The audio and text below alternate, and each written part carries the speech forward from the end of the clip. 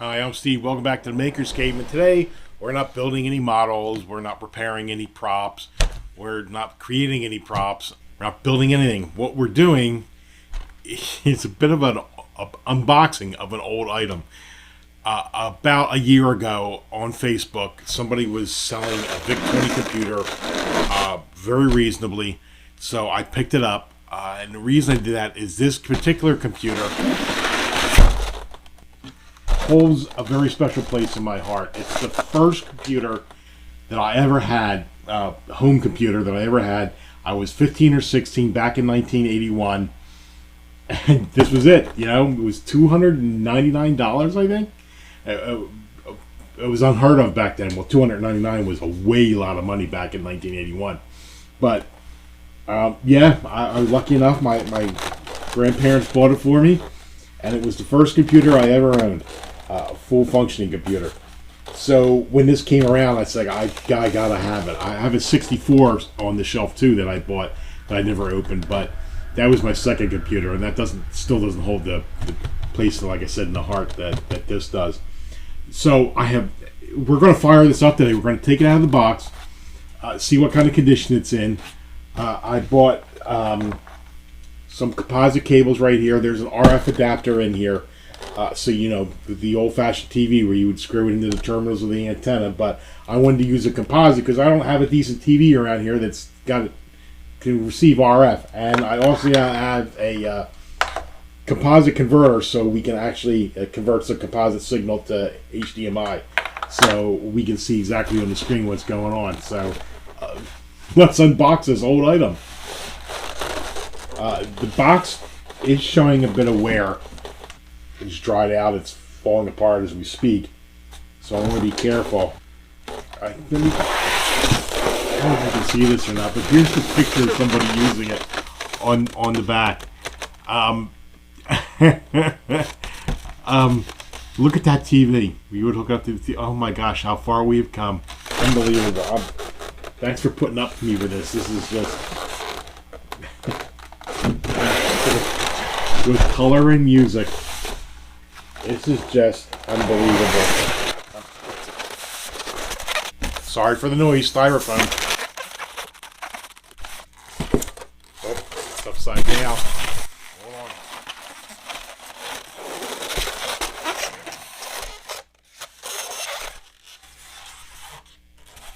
I think somebody packed it upside down. And all right, we'll save the best for last. So here's big old power adapter. This is the RF modulator right here. It has a composite output. Oh, it has a composite output. Oh, no, I know what this is. This is the RF modulator. And what this does is this... it takes the composite signal that comes natively out of the video port in the VIC-20 and converts this into either channel 3 or channel 4. And then you would use this cable to screw into the back of your TV where the antenna would go, so you get a signal. But we're going to go straight to the composite with this cable. Now, there it is. Look at that. VIC-20. Old computer smell. It is a little... Oh, here. Let me give you... The video may show it's white, but there is some yellowing on it. I might... get some retro bright and whiten this up a little bit because I believe it's supposed to be pretty fairly white. VIC-20 badges on there. You got the big old clunky keys.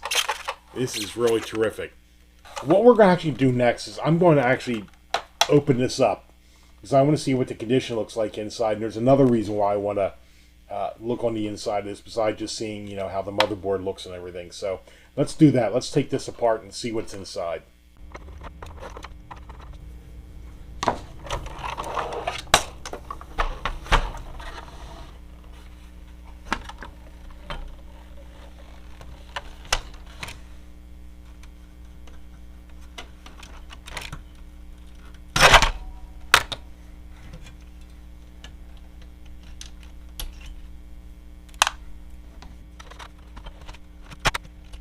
As you can see, I've taken the screws out. I've taken the keyboard or top portion out.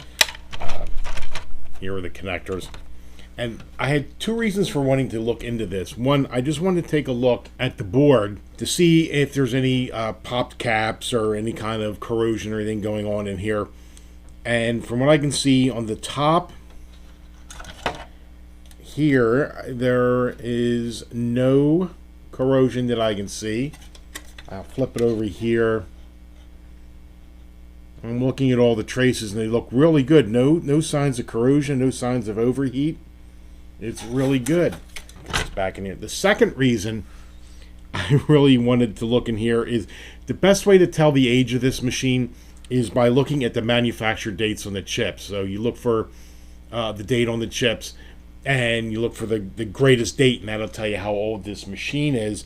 And all of the chips seem to be manufactured around middle of 1981. On this chip right here, it's 3481, which means during the 34th week of 1981, this chip was manufactured.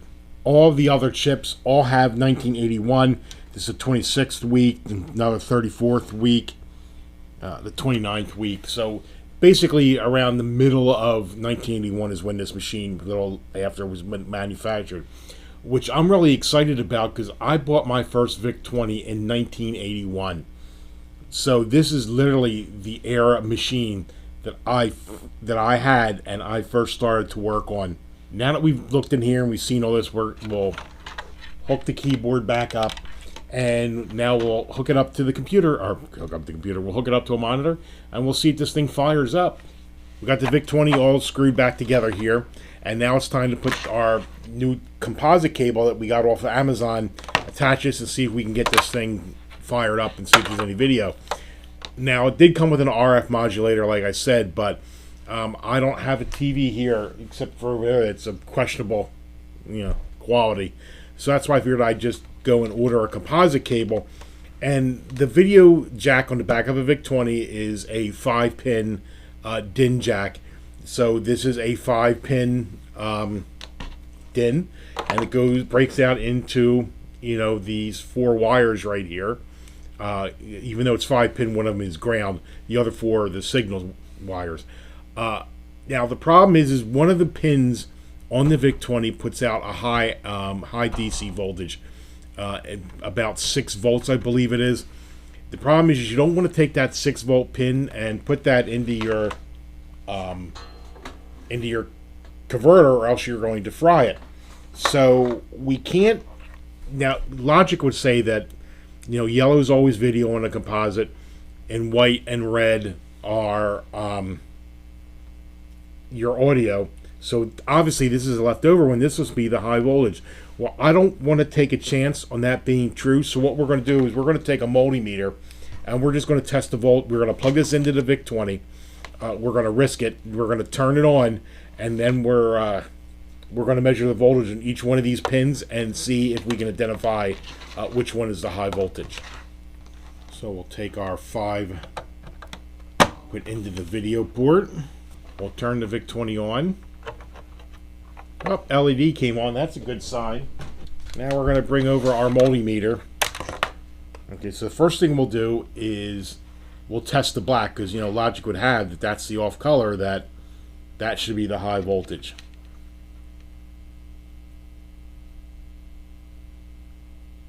That's only shown about 1 volt, anywhere between 8 volt, 1 volt. So that's not it. So let's take the yellow, which would normally be your video signal.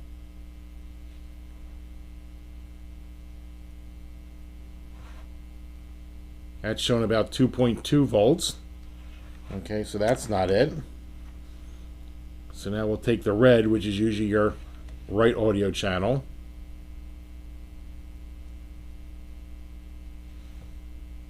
That's shown 2.2 as well. The only one left is the one that should be the left audio.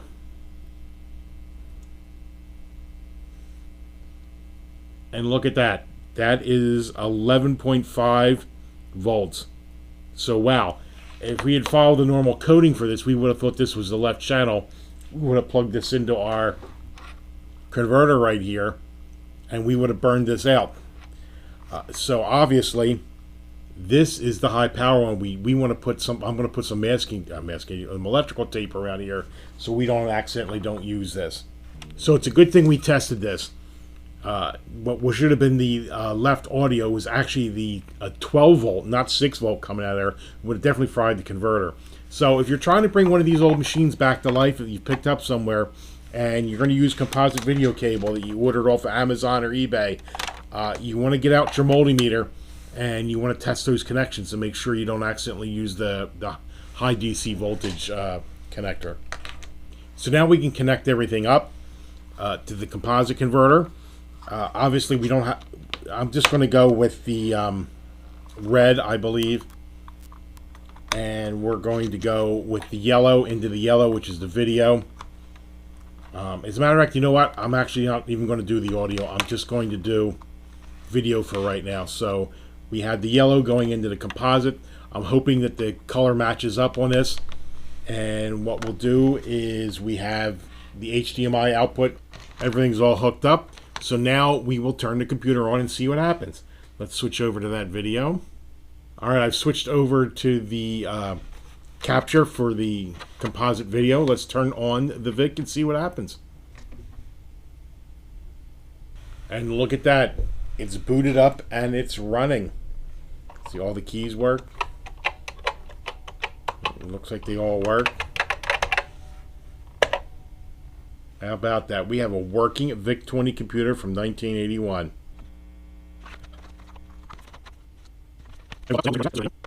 Alright, I typed in a simple program. What this should do is just print out the numbers between 1 and 10. We'll type run. And there you go.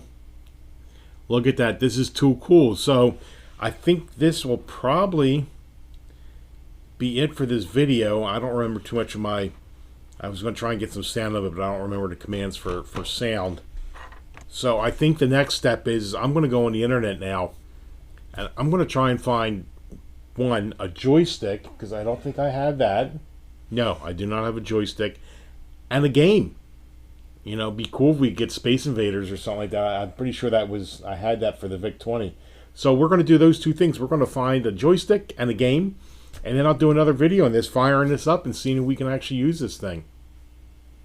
This is really cool. I had some other old computers that we can unbox and see that I picked up through different sales. I've got some Coco computers from Radio Shack, and I've got a Commodore 64, which was the next computer I bought after that.